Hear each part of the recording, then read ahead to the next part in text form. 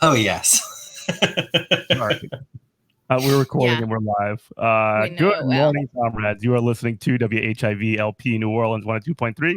This is Good Morning, Comrade. We have a couple very special guests today. We have, what is it, your fourth time or something on here? Yeah, I basically live here. Yeah, you're like a part of the furniture now. You're like a part of totally. it. But yeah, we have Megan Romer back on the program, and we also have first-time guests, Chris Curley.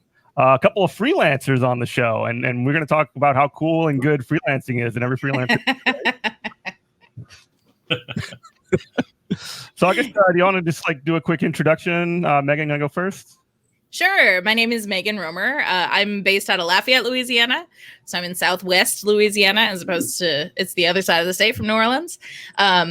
I am a freelancer. I'm a mom. I'm a DSA co-chair of our little chapter out here. I'm loud on Twitter. I'm loud in real life. I'm good at poker. And I'm a good cook. That's it. That's all of me. Yeah. And Chris.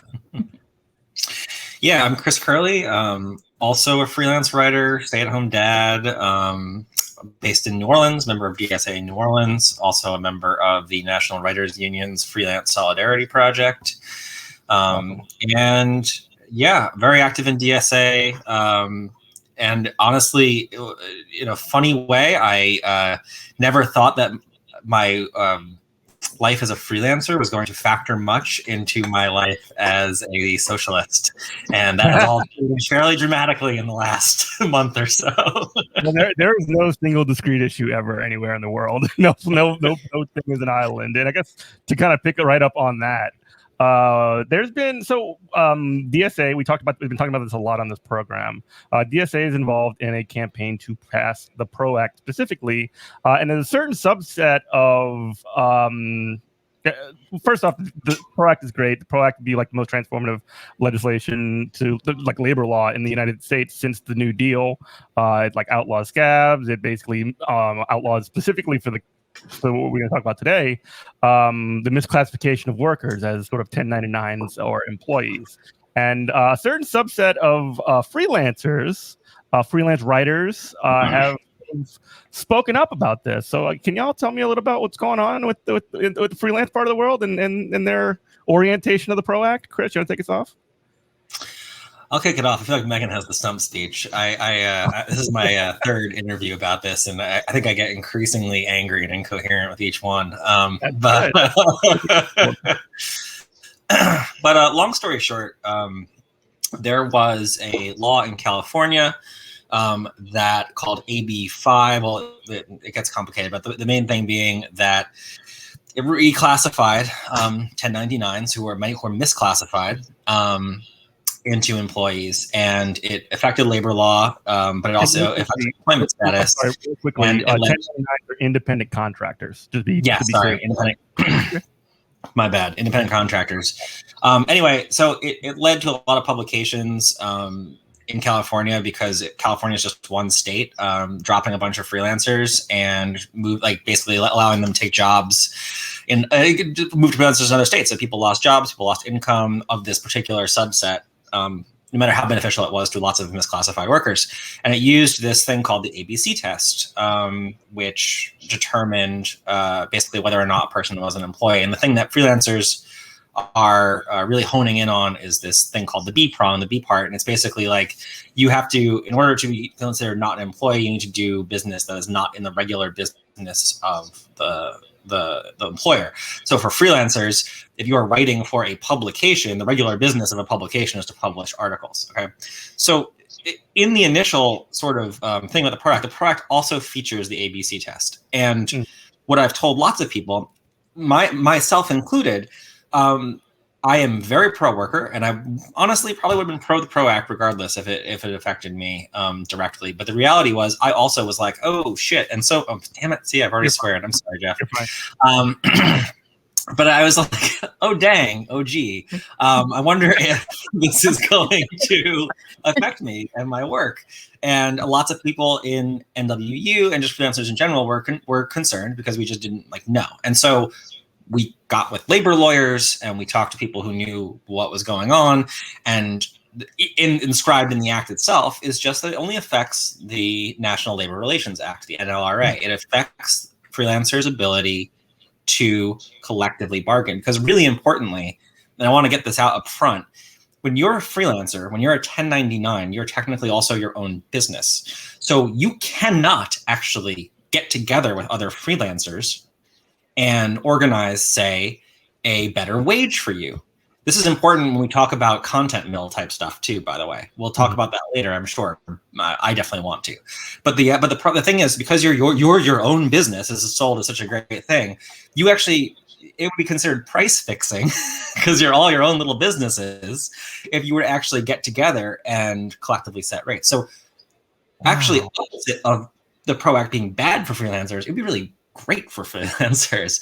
And most importantly, the big thing that people are harping on is this California law, which redefined employment status. The PRO Act only affects collective bargaining. It does not affect federal law regarding how you're classified as an employee. So if the PRO Act passed, you would be able to collectively bargain, but you would still be able to set your own rates. You would still file taxes as a sole proprietor or however. It would not change anything about your business. It would simply change your ability to potentially collectively bargain for better rates, better conditions, better benefits.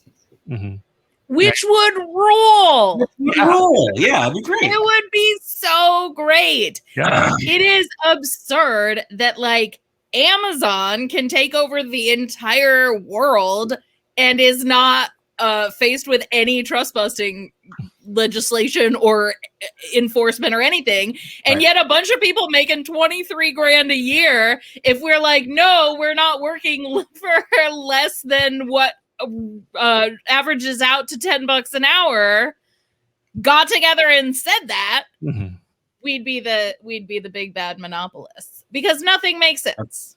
You mentioned the spiciest thing that I'll say for this. Oh, I'm sorry, Jeff. No, go ahead.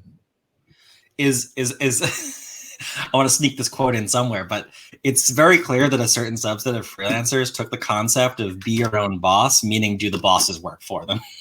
Oh no. Yeah, okay. We'll get into this, yes, for sure, later. Because these people, you can't just like, all right, fine. Yeah, you're a small business owner. Congratulations. You are, but let me tell you how I feel about business owners as a socialist. So if you want to put yourself in that category, by all means, let me just tell you how I feel about you, though. I mean, that's not even true. Like, I obviously like people who own restaurants and stuff. It's fine. But you can't exploit your workers, even if you are the only worker and it is yourself. Well, that's the important part, right? The exploitation of your workers. It's not okay.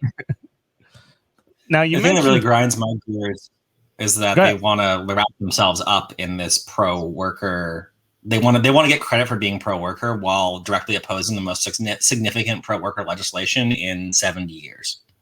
And this is a point at which it becomes very clear. And you see a lot of them. I know a lot of them. Like, I know some of these people. And they are people who would self-identify as liberals. You know, they're girl boss, Warren voter types. This is one of those moments when it becomes very clear that there's this, it's not a spectrum between the right and then all the way to the left. There is a power analysis that you either have or you do not have. And you are either a person who believes that workers need more power, or you're a person who believes that bosses should have as much power as they can possibly scrounge up because free market. That's it. Like, it's not a spectrum. There's a line, and it's very clear who's on which side of this line. Yeah, it's this or that. Which is very annoying to me because I did not believe that for a long time, and I'm very frustrated to have learned it because it means that I was wrong. There's always a lot of things in stark relief, though. It's nice to see things in clear terms, even if even if it is like a little bit more complicated, like in reality, or at least in certain different ways. Like the fact that like things are at least for a minute clear for you helps. Well, it also, like, when you sort of, the thing about gaining a power analysis is that it provides a unified theory that maybe you never had before, right? You don't have to like reckon with all these little loose threads. It's like, nope, actually everything is answered. So, and you know, our friend Kaylin says all the time, like, you know, the bosses are Marxists, right? Like they're absolutely Marxist. They just think it's great that this is how the power is divided. Absolutely. I forget there was some CEO of some horrible company who like did his like thesis on like Gramsci or something. You know what I mean? Like you see sometimes people like read this stuff and they're like, a roadmap for me to crush people. Exactly. They're like, they read the thing with the conditions and it's like, yeah, the workers, like the bosses have all the power, and they're like, sweet. Like, how do I sign up? That so just to kind of like get a little bit on a tangent here, there's also like, so if you think about people like Kamala Harris and Pete Buttigieg, like both of their parents were Marxist like scholars and college professors, and so like it's almost like they pave their way for their kids, or the kids at least take like some of that analysis and just apply that to like just destroying workers and communities. Yeah, I mean, you got to rebel somehow, right? Right. Yeah. Exactly. But as Chris and I are both parents, and we're both like, be careful with them kids. Well, you know, but I thought about this specifically, like this dynamic that you're talking about, and you cannot escape the fact that, as you were noted, those are parents who are both academics. Yeah. And I'm not saying there's something wrong with academia per se, but my question is, there's a lot wrong with it. Yeah, but I mean, I'm not going to get into that. But like my question is, you know, were they dragging them to meetings? Were they doing direct actions with their kids? Like, to me, it's like if you're like, there's a difference between, you can be an amazing theorist and I can benefit greatly from your theory.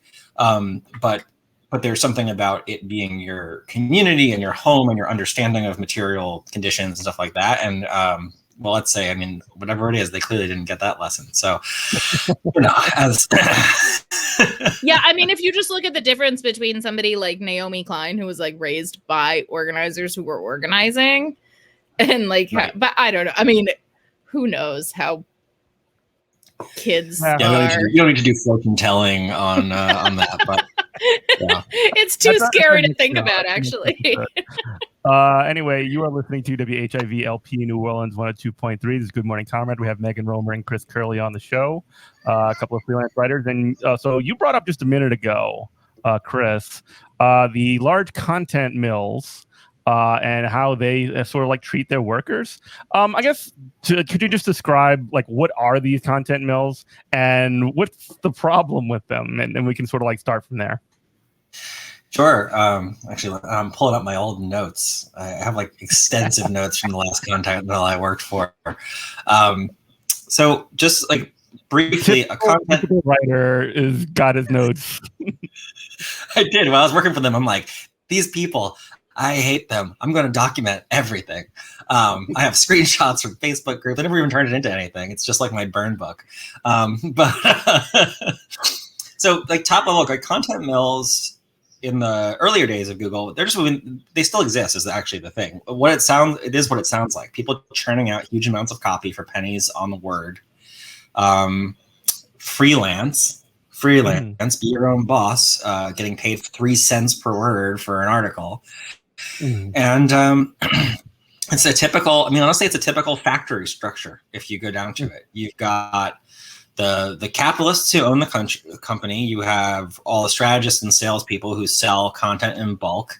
You have managers in between, quality assurance. At the very bottom of the pole, you have writers, and they sell these big packages to companies who need content for their websites or content for their marketing pushes or whatever, because the web is entirely driven by content, by words, which has led to a completely Dickensian ecosystem of writers, honestly, getting paid the same wages Dickens basically got paid, in the 1800s. No, but like, but no, it's not that far off. I mean, And so these mills, they were really big in the earlier days of Google before Google kind of caught up with them a bit. And now they exist more. They play slightly better because I need writers who can write a little bit better to escape the algorithms, but are essentially still the same damn thing that they always were. Mm-hmm. And you know, one thing I talked about a lot with some folks on other interviews is that, you know, most freelance writers, if we're talking about specifically, that seems to be a lot of the anti-pro act or specifically freelance writers.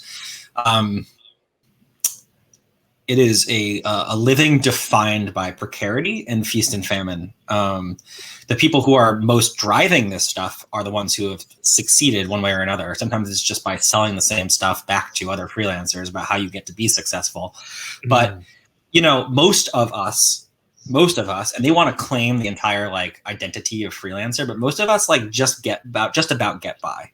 And some months we do really well and some months we don't. And the reason that I work for these content mills and have even as recently as a year or two ago, even though I have a really established portfolio, I am a very good writer, is because sometimes you just don't have the work and you need to make some money. And that's the precarity. And like, so just to give you an idea, let's see. Let me just take a quick look here. So I worked for. I'm just going to name them because I haven't worked for them anymore, and I'll be damned if I ever work for them again. But there's one that's considered shame, like baby. Good. Yeah, I'm naming and shaming. No.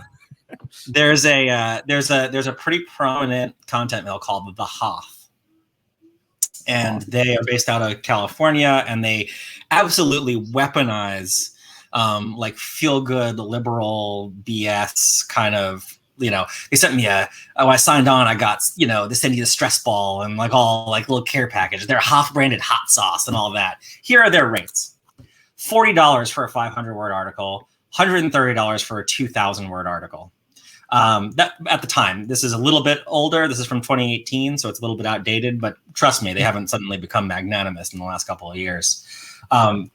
I did some back of the napkin calculations. I mean, like, you know, the writer essentially is getting, you know, like 20%, 10% less of what of the total value, because I was also getting sponsored ads from the sales side while I was working for them, so I could see what they were selling these packages for. But the point is, I mean, you're the target of your own work. Like you're.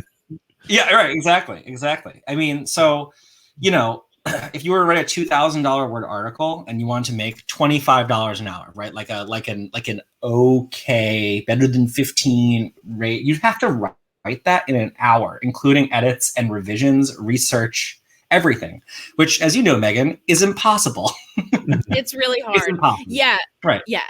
The only like mill work I was ever able to successfully do that would make any money was the absolute like most like pablum-y trash, like here are 10 things to do with curtains or like 8 places you never thought to put a throw pillow. Those kinds of things, right? Like that stuff where you're just like, all right, let's just churn out words, just, and it's like all filler and it's all garbage. That was the only time I was ever able to make that work at all. Absolutely. But yeah, we've all done it. Like literally anybody who is a full-time freelance writer who tells you they never got into content mill work lies. You have to. You have to. I'll say this: they're lying, or they are. See, I'm like a second generation writer. My dad's a freelancer too. My dad has never been in that place and doesn't really understand. Yeah. So funny thing is, I've never met Chris in person, though we've been Twitter mutuals forever. But I have met Chris's dad and his mom in person at a conference for an early like pre-bubble content place that we both wrote for. That was actually not a bad gig. I have to say, it was at least mill, definitely. It was until Google Panda. That was okay. So here's a funny thing about freelancing. Google Panda was an algorithm update that killed content mills, essentially in 2005. Does that sound right? Something like that. It's when they completely redid their algorithm, because before that, SEO, search engine optimization, just meant you just like said the thing as many times as you could in the article. So you'd be like, Right. I'm writing an article about pencils. Pencils are my favorite thing to write with. I sure love pencils that are number 2 pencils. And then you like at the top, like in the heading of the page, be like pencils hyphen number 2 pencils hyphen I sure like pencils. And that tricked Google. And so that was there was like an era in which the web got stuffed with content and it was all trash. Yeah. Still true. It's just sneakier now. We have to get better at our trash. That's the insidious thing about the current content mills is that they are doing writer tests and expecting like real writing and still paying garbage. Right. Yeah. So the model now is clickbait. Clickbait wasn't the model in 2005. Now it's clickbait because now social media drives content. And so you have to write something that's clicky. So can you define like for the purposes of this, what clickbait is?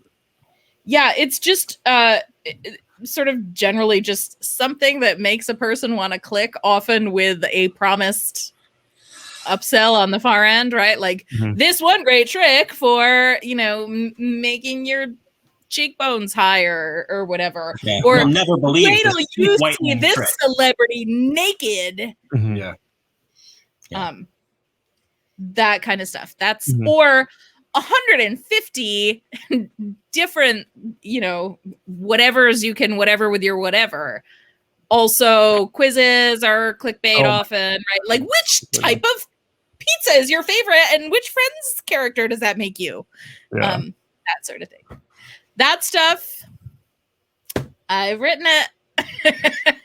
I have definitely written it. And if you can get like some of the better, more prestigious, like I have a couple bylines at reasonably prestigious places where the thing I wrote was absolutely a listicle clickbait bullshit. Dang it. I did it again. Right. No, we should have a little scoreboard, Megan, between you and I. Yeah, I know. I'm actually writing down the time for Jeff so he knows where to go back. So I guess there's so many things that y'all have brought up that I have so many questions about because I don't know anything about this world. So like the idea of so SEO, specifically search engine optimization, is like what is one of the things that these content mills do so that they go higher up in the algorithm, right? How does that work? You said it's not just mentioning the same thing over and over again, but like how does it work? I think I've probably done it more recently than Megan, so I can probably and stay. I need to finish the show. I need people to start listening to it. No, I'm on top of SEO too, but I'm actually curious what you have to say. Only relating to how content mills deal with the SEO. Oh, right. Yeah. Which is to say that I watched it change a couple of times when I was at the Hoth. So when I first started doing some work for them, they had so what happened was you had the Google Panda update, which killed all of the old content mills. And then the new ones that arrived were basically like, well, we have to finesse within the algorithm. So they'd be like, if it's a 500-word article, you need to mention the keyword 3 times. And if it's a 1,500-word article, you need to mention the keyword once in the H1 tag, once in one of the H2 tags, but not more than once, and 3 times in the or whatever. I'm just like riffing, but it was a schema where they got more granular about how to basically evade detection. And that was how it worked up until even a couple of years ago, because Google keeps updating. And so now I don't know what the latest and greatest is, but so maybe Megan knows a little bit more, but I know that they even went further away from that like specific thing to being like, we have a mix of general keywords and we need to hit all of them in there, but we can't be like too over, you know what I mean? So basically they adapt their intelligence. I assume they pay their SEO people well and continue to crush their writers. There's a separate scheme, a separate hustle in being an SEO specialist at a lower level. Like there are real SEO specialists who are like algorithmic brain geniuses or whatever. But there's a lower level hustle where you are like, I'm an SEO expert, which I could totally sell. Like I have enough clips that I could sell myself as that. if I wanted to do that for my job, which sounds so bad, but people do it. And you go through somebody's website and mostly you make their keywords denser, which is a lie. And the whole thing is a scam because the thing that it doesn't Google work. is always trying, their goal is to serve the best content for any keyword, right? So they are going to do it. So they keep revising and revising that algorithm constantly. They literally have like giant teams of brain geniuses working on this. Now, there's another hustle called content marketing, which actually means a few different things. There are a few different content marketing definitions. But one that, I see them pop up in my LinkedIn a lot, like here, check out this content marketing job. Usually what you're working for is a brand or a product or an agency. I actually got offered a job writing, being a content marketer for a breast pump company. And what I would have done with my days is go to various parenting forums and type in just discuss breast pumps with deep links about that would send people to our website. And also to contact bloggers, especially mommy bloggers, and try to get them to link from their website to our website, because the links themselves build Google juice. Like having a deep link on a different website bumps you in the algorithms, probably, depending on the algorithms that week. That's why Wikipedia ranks so high, allegedly, because everything is deep linked, right? Like it's all those blue links. That's a deep link. So you get to know all this incredibly stupid, horrible stuff about how companies are going back and forth trying to game each other. And you get paid $4 an hour for the privilege. It's a cool mirror of how capitalism operates, like in minor. It's an incredible amount of BS and busy work for almost no like real material value. Yes. Yeah. So. And then there are these these like I'm my own boss types on Twitter telling us, well, if you were any good at writing, you would. And I'm like, look, I have read what you wrote, Evil Kim K. There's there's good Kim K, Kim Kelly, the labor reporter, who's great. We love her. We love that Kim Kelly. Yes, she's in Alabama right now. Then there's Evil Kim K, who is a hashtag girl boss, who is a freelancer, and she's awful. And I'm not going to say her whole name because, but she's Evil Kim K. And anyway, she told me that I must not be a very good writer. Otherwise, I'd be a super successful freelancer. But also, maybe I could just buy her $650 how to be a good freelancer program or whatever it is. Because there's also this MLM scheme that you, and the content mills often have those too. Like if you recruit a writer, you get, it's so bad. And it's such a scam. And the whole thing is so bad. And yeah, whatever. No, it drives you. But I saw the same thing happen to, I don't know if y'all saw that article, the Tammy Kim op-ed in the New York Times that came out I actually yesterday. got interviewed for that article, Chris. I talked to Tammy on the phone for like an hour, but apparently my part was when they cut it for the Times to fit. I'm secretly very sad. Like I kind of wanted to be quoted in the Times, but it's okay. I'm really happy because it's a great article. But what is the article? So the article, it's an article. Tammy is a freelancer. She's also another member of NWU and the Freelance Solidarity Project, and she wrote an article op-ed for the Times, and she interviewed a bunch of pro and anti-ProAct folks. And the headline was "Freelancers Shouldn't Have Horror Stories." And it's about how it would give freelancers rights. And the backlash that she got from it, from the anti-ProAct people, it just reminded me of it, Megan, because you had people telling her that, I don't want to organize. I don't want to pay union dues. I do very, very well on my own. I don't need a union to negotiate for me. Maybe your career isn't as successful as mine, and you need all that help. Don't try to shove it down everyone else's throat, was one reply to her. I'm just going to read a couple of these. They're great. And then another person was like, you're a very privileged writer with a Yale degree and a stint at the New Yorker and plenty of major media outlets. You'll be fine. And she's like, well, when you love the PRO Act, but you're a failure, but also extremely privileged. And it's kind of encapsulates the entire dynamic that we're facing right now as freelancers who support the PRO Act.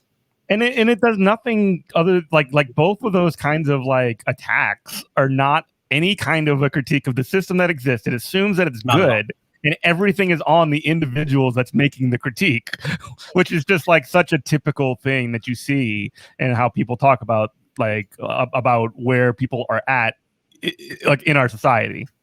And that's a thing that's really getting me. Like, I've seen a lot of like, oh, so you want to put all these women and disabled people out of work. And it's like, no, actually, I want women to not, and men and anybody who has a baby to not have to be like, how on earth am I going to pay for childcare and also work? And also, you know, that should not be a thing that people have to figure out how they're going to do. I mean, I know so many freelancers who are making 20 grand a year, but because the cost of childcare, it's cheaper to just stay home and like scrape together a bunch of weak freelance articles. You're literally talking to one of them.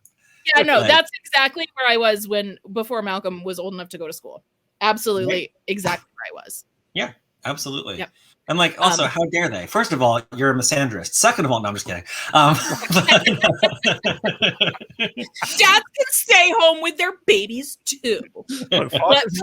Okay.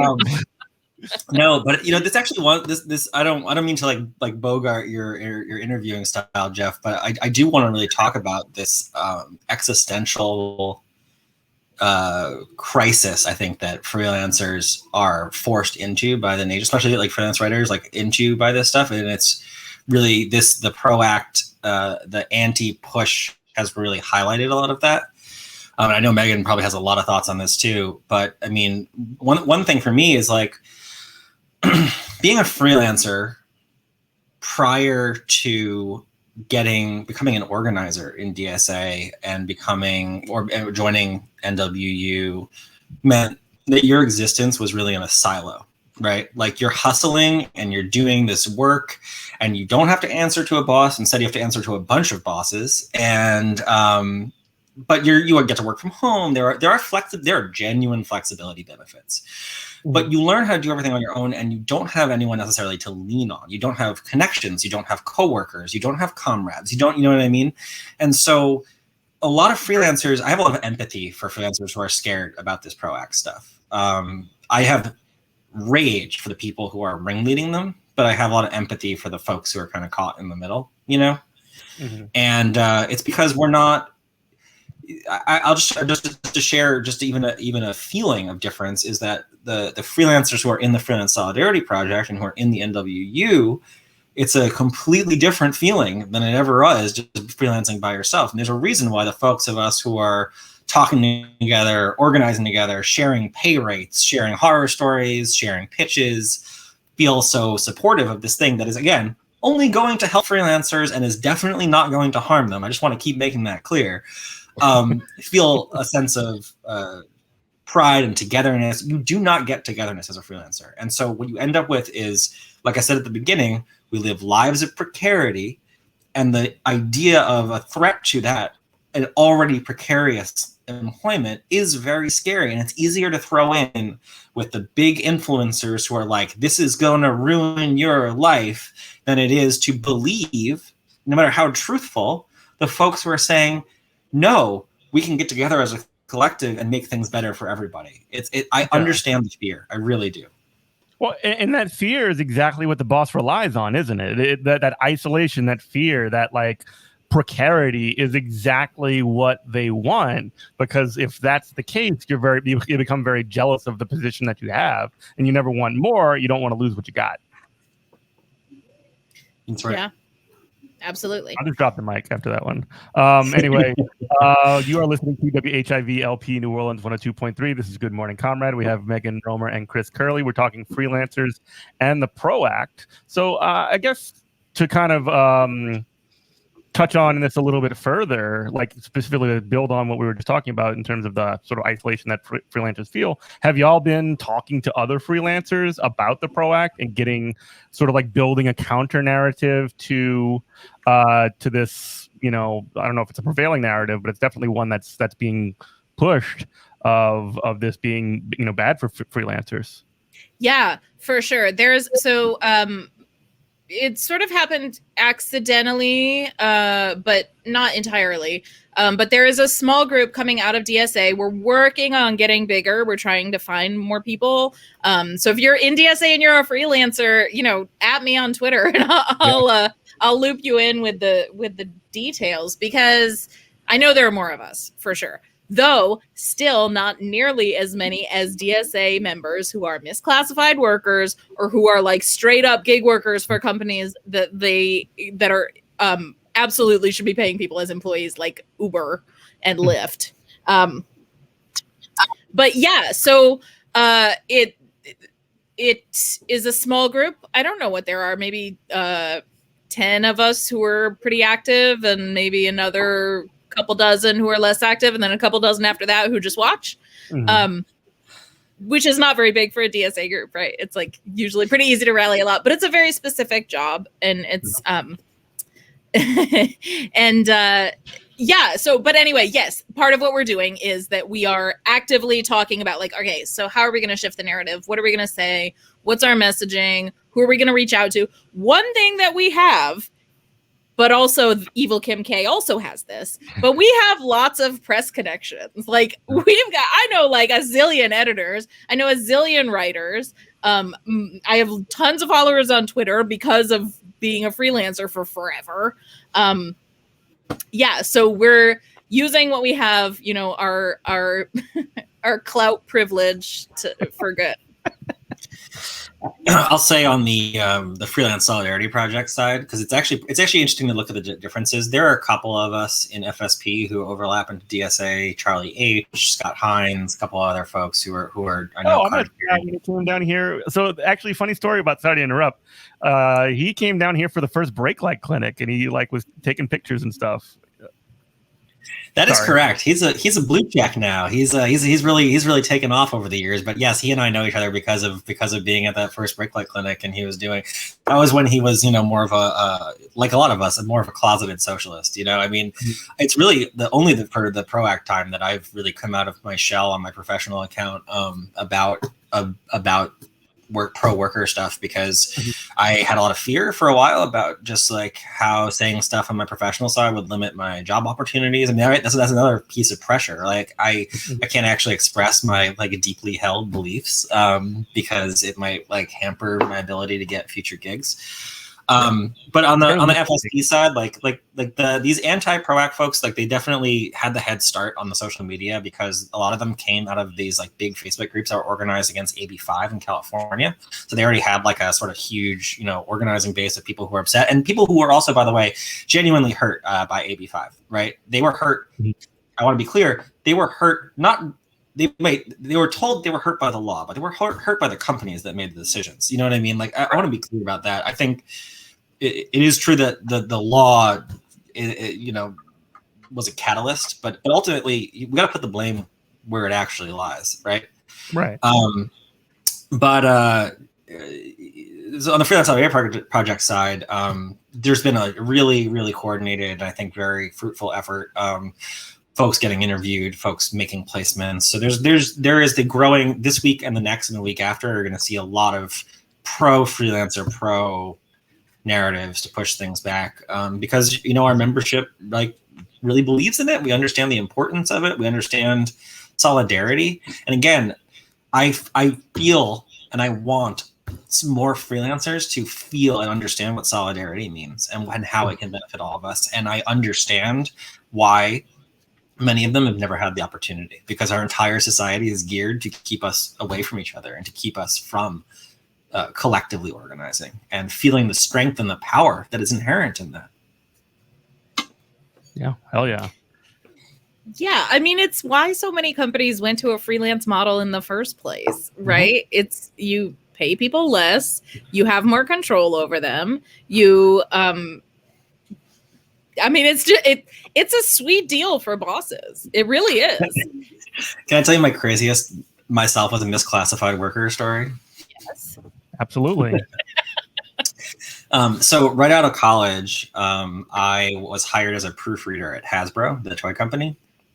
And the way that Hasbro was doing it, this is, of course, I graduated right into the financial crisis, right? So I graduated in the spring of '08. So as soon as basically it was happening while I was there, and so I was hired as a proofreader. And the way that Hasbro did their hiring, they might not still, but they probably do. What they did was they would take on people as temps. And they would take them on for 6 months and then let them go for 3 months and then rehire them for 6 months. And that way they never had to pay them as a full-time employee, right? And this was a W-2, go through a temp agency. So it wasn't actually a 1099. It was definitely still misclassification, right?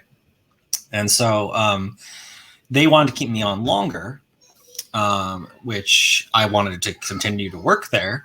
And so I became 1099, but because I was the 1099, they, independent contractor, so to speak, I was doing the exact same job in the exact same building with the exact same people with the exact same email. I had my credentials revoked to be in the building. And I also wasn't able to have an actual desk or an office like I used to, because if you worked in a building, it was a very clear label violation. If you're working at the same desk at the same place as the thing before, so to cover their own butts, I had to every morning make sure I was there on time, off the bus, by the way, often in 10-degree weather. This is in Pawtucket, Rhode Island, is where their headquarters are. Had to make sure I was there with the throng of people entering during the day so that I could sneak in without scanning a key card that I was not given, to go sit at a unoccupied desk for most of the day. Couldn't leave for lunch unless I had a partner who was also an employee who could scan me back in, and then would come back and do my whole day. And that was how I lived for probably another 6 months or so. And I remember my boss calling me in at one point being like, I feel like your work's really like declined recently. and, wanted to know if you wanted to like maybe try to like pick it up a little, like kind of get it back together. And I was like, no, I think that I should just go. and that was the day I quit. And then worked, for $12 an hour night shift at a hotel for a while. So, it wasn't a step up exactly, but it was. But I mean, just as an illustration of the lengths that a company will put a worker through to be able to save money and continue to misclassify them. I was doing proofreading, I was doing some copywriting, and it's cool to work at Hasbro. It's like, well, it still sucks to be treated like, what?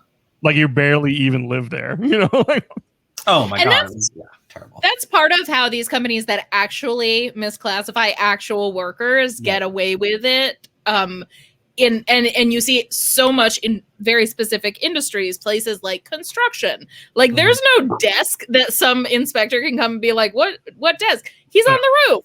It's a different roof every day. It's and the contractor who's doing all the roofs is moving to different houses every day. Like there's plausible deniability, which is why we have to close that loophole. Like you cannot, a roofer has to get paid as a roofer if they work for a roofing company, and they have to have hazard pay and unemployment and healthcare and all. Healthcare shouldn't be tied to employment anyway. That's bad. And that's an argument that, is on the side of this. But right now it is tied to employment. And right now people don't have it because it's tied to employment. And you know how we get healthcare? We actually form a mass movement of organized people and demand it. That's how we get there. So a lot of union jobs have healthcare, don't they? It's weird how that works out. Funny that. So yeah, that's Chris? No. I think you bring up a really, really important point there too, though, which is first of all, that these antis, I'm just going to call them antis. I don't feel like saying anti-proact the whole time, but these antis are, sound more nice. Anyway, these antis are often cite the statistic of being like, there's 60 million, freelancers or independent contractors. And dude, those are not all freelance writers that are doing the stuff that you're doing. And I almost feel a little bit bad that freelance writers are sucking up so much airspace right now, because so many independent contractors are not in this really, like, as precarious as stuff is, like a still fairly privileged position that we're in. And, you know, the fact is just that, like, writers love to talk about themselves. And so there's a lot of press about writers who are into it and writers who aren't into it. And, like, ultimately, like, writers, we don't make up that big of a percentage, ultimately, of these misclassified workers, these 1099s, these 60 million. This is not wrong about these 60 plus million numbers of independent contractors. Just most of them aren't keyboard jockeys like myself and Megan, you know, and like there's a whole realm of misclassification out there. And then the second point that I would make is just that, like, it is really hammering home, like what is going to be more effective for us as freelance writers? Is it going to be the ability to collectively, for instance, strike? Like, one of the things that the PRO Act enables, right, is secondary strikes. It enables, right, like, it enables other industries to strike, like, in unison with those who are also striking. And solidarity. Yeah, solidarity, right. And like, one thing, I was pushed by this today by an interviewer from StrikeWave, and it made me really think about it, which was like, yeah, so you have all of us freelancers who are in silos, and like, not only could we get together and like bargain collectively, fight in a way that we couldn't before, legally couldn't before, but like, we could also strike in solidarity with other freelancers and other companies. The potential for us to raise our collective lot is really profound.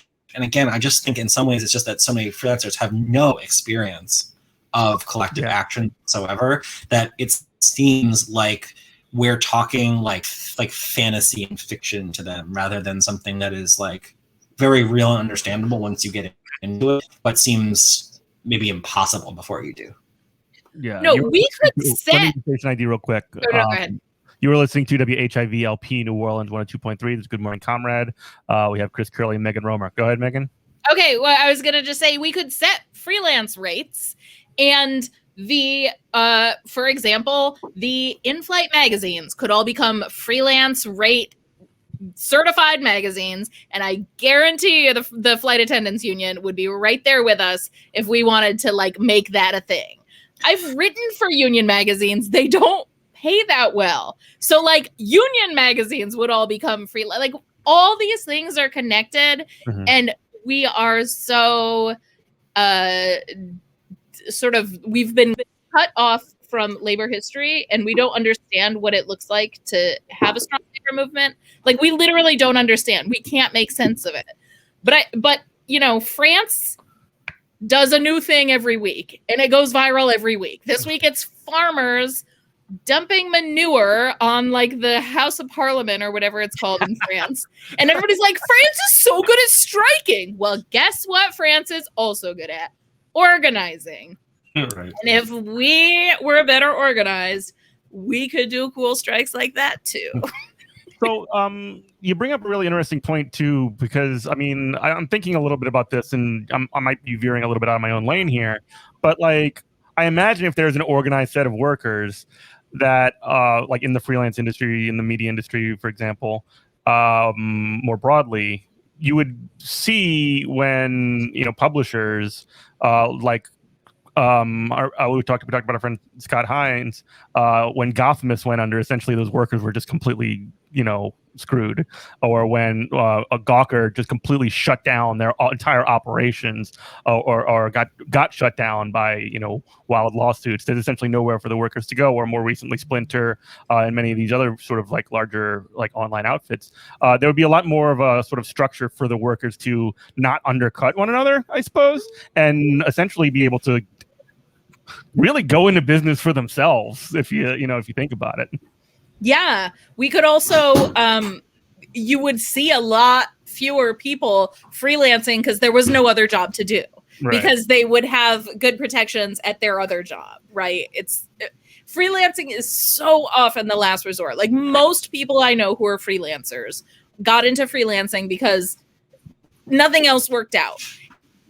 Either because they needed the flexibility for some reason, whether it was their spouse had a job that required flexibility, or their kids were little and there's no daycare or whatever. That's why they got into freelancing. or because there was just no other job. I mean, sometimes there's just no other job. You live out in the country somewhere and there's no job. But yeah, it's, again, though, it's like, who cares? Like, even if the PRO Act was going to make freelance writing illegal, we're talking about like 10,000 people or something. Whereas there are millions of Uber drivers, and there are millions. I've got, because I've been talking about this so much, like my DMs have filled up with just people who are like, yeah, I'm a speech therapist at a school district and they put me at 5 different schools so they don't have to pay me full time. Or I'm a, I work at a hotel. They pay me as a freelance hotel desk clerk. Like, they're getting away with absolute murder, the companies. And enough already. So yeah, I'm worried about them. I'm worried about the dude on the roof who does not have health care. Or the lady washing hotel sheets who does not have health care, which is an extremely dangerous job, by the way. Washing sheets? I mean, I imagine. Being a cleaner in a hotel, because you're using so many big things and lots of chemicals. Like, it's very easy to burn yourself. It's very easy to hurt yourself. It's a job that has... It's one of the ones that I like remember from the big list of jobs that are more dangerous than being a cop. It's something that I didn't know, but I'm also not surprised by it. Most of them is the answer to that. Most of them. Yeah. Bartenders, for example. Chris, you're saying something? No. No, I was just dealing with cats. Okay. And the baby. Oh, well, love your cat. Tomorrow's one of my cat's birthday, so we'll be celebrating. Live on air. Anyway, so I guess as we come down to our last 10 or so minutes, we're all DSA members and we're all sort of engaged in a part of a national campaign to pass the PRO Act, and we just started talking about how it's going to manifest in New Orleans. Let's talk about what are the groups that are out trying to get this thing passed, and how can people get involved? Locally, you mean? Yeah, let's talk about locally first.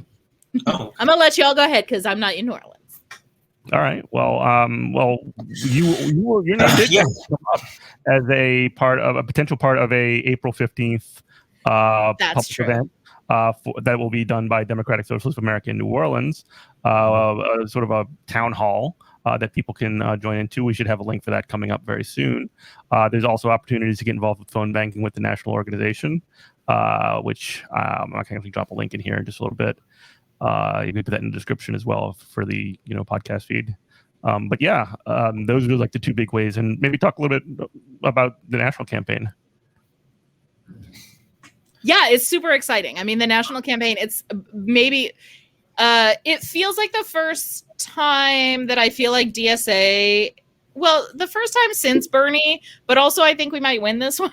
So it feels like the first time the DSA is like really coming together with a like this planned campaign that has 100K. Yeah, no, I mean DSA has definitely had things, right? Like, it's not DSA 100K was awesome, but this is like it just has this very cohesive feel, right? Because the 2 sub-DSA organizations that are leading it are the DSLC, which is the Democratic Socialist Labor Commission. Is that right? Commission? That's correct. Yep. And the Eco-Socialist Working Group at a national level, which is really cool because the big argument that we've heard against environmental regulations for a long time is this is going to kill jobs. It's going to kill jobs. People are going to lose jobs. We definitely hear it here in South Louisiana, right? This is going to kill all the oil jobs. We're all going to be broke. It's going to be miserable. It's going to be awful, right? So connecting that with labor, connecting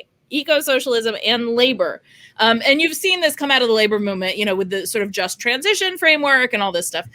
Super cool, right? Because what we're going to do is we're going to get oil field workers a better job doing infrastructure rebuilding or green energy or some sort of green industry. I don't actually know anything about anything except 50 ways to make your couch prettier, but it's gonna be really cool.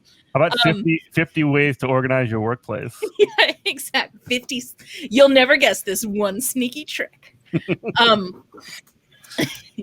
But yeah, so there's an arc, right? So throughout April, it's heavy on education, outreach, there are phone banks happening to the sort of 5 dreaded senators who must be pulled over in order for this to be possible. The phone bank's huge. I think we passed 300,000, and I think do all 3 of us have a phone bank shift after we're done with this? I think we do.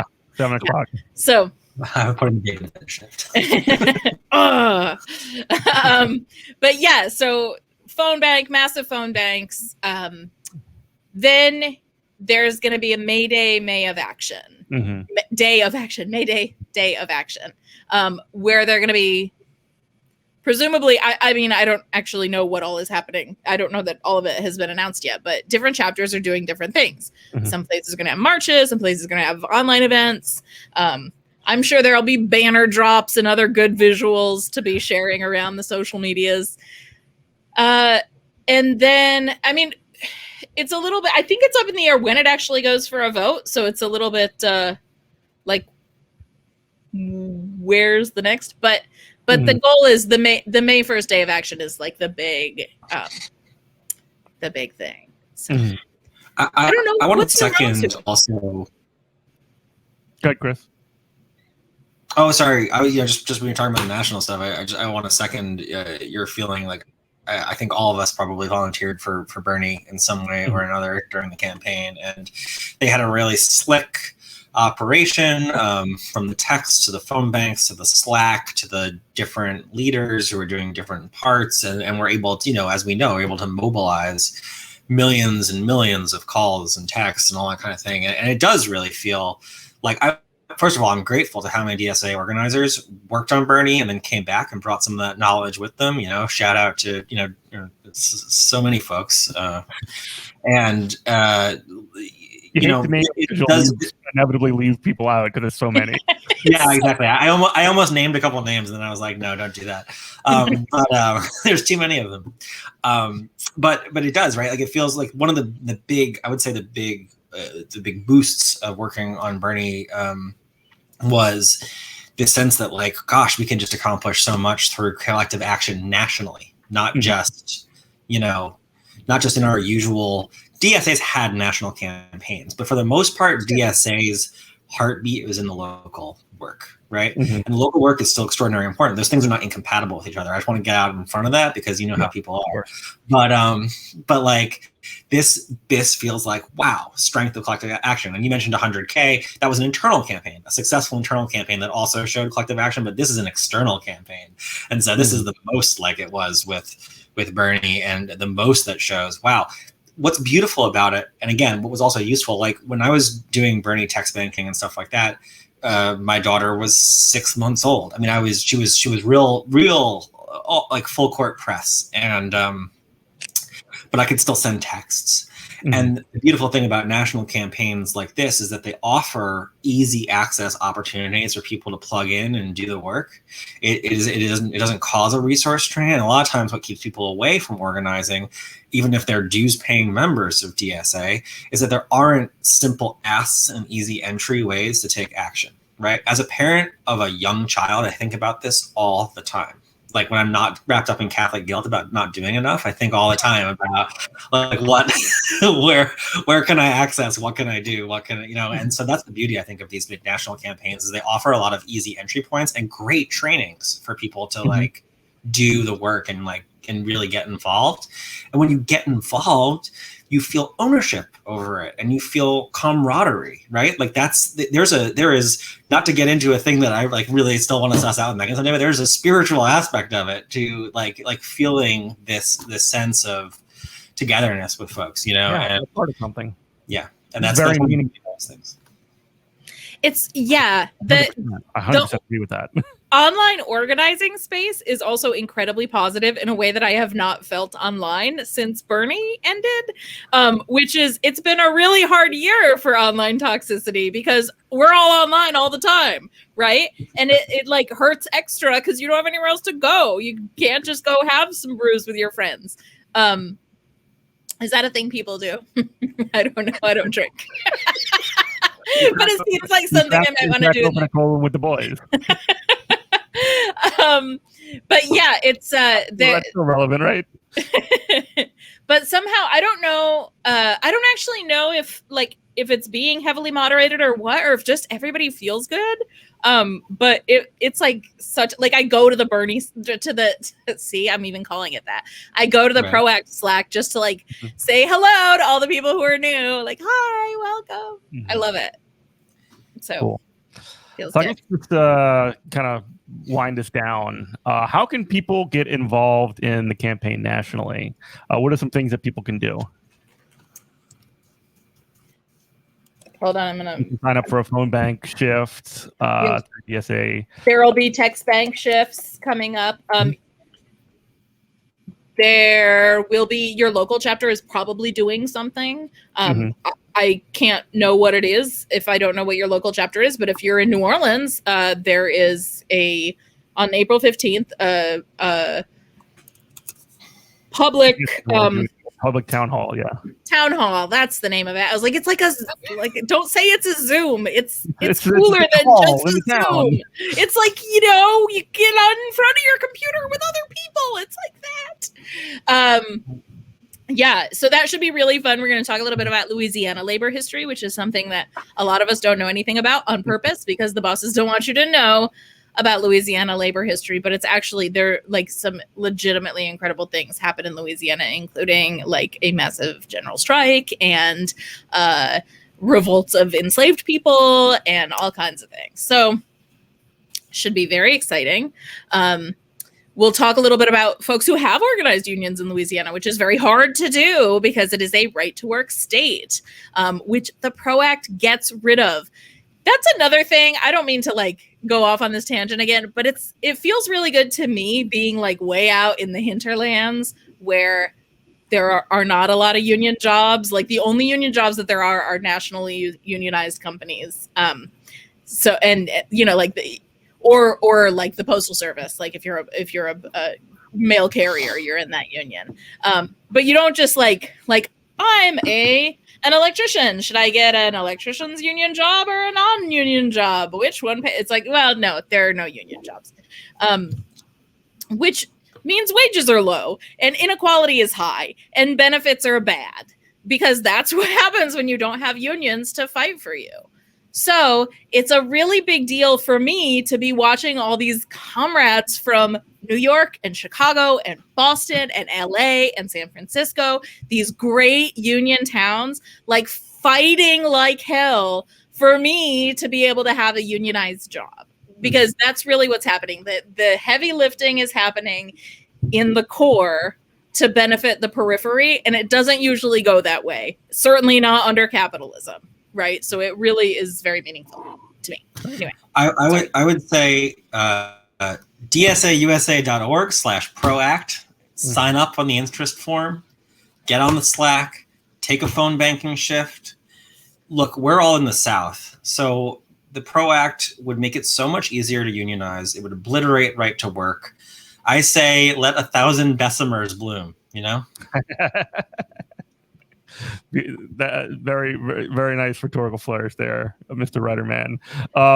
And you can also follow Megan on Twitter at Megan Romer. You can follow Chris on Twitter at Curly Ryder. Thank you all so much for coming on the show. You can also listen to Good Morning Comrade every Tuesday, WHIV FM 102.3. You can listen to us online. Just go to our website for all of our information, goodmorningcomrade.com. You can also check out our YouTube page, youtube.com. Search Good Morning Comrade, where you can see me talking about the news Monday through Friday, sometimes on Saturdays too. So thanks for everybody for joining. Thanks for everybody for listening. Love you. Bye. Thanks, Jeff. That was good. All right. Well, I'm going to go do phone banking. Are you going to be on that phone? Yeah, we're probably late. We're probably missing the training. How will we know what to do? That's fine. I'm kidding. That was a joke.